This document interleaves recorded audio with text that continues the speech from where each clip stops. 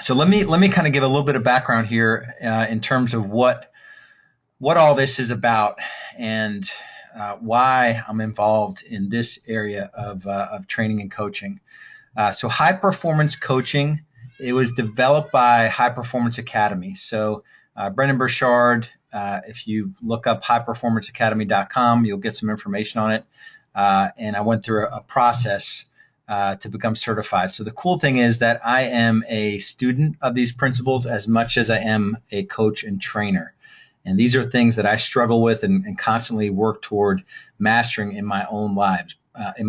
But the whole point here is that it really is unique in its approach to helping people just consistently achieve at high levels, and not just in one area of your life, because it's pretty easy to get good at one thing. The guys that focus on being fit, maybe to the expense of relationships or their financial situations, or guys that focus on work and increasing their finances, maybe neglecting relationships or their health.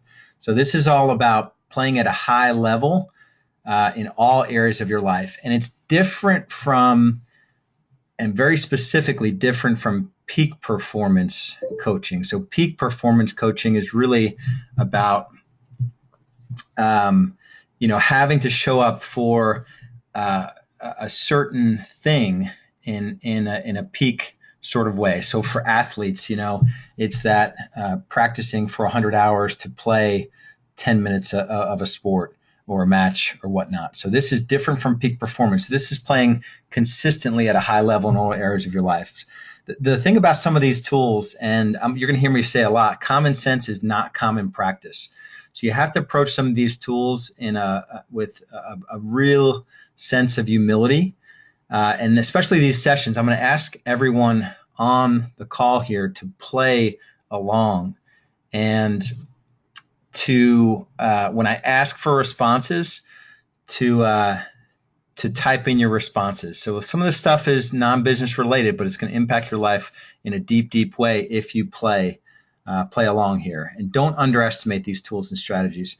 Play all out, open your heart, open your mind. Like I said, actively participate. Forget what anyone else might think.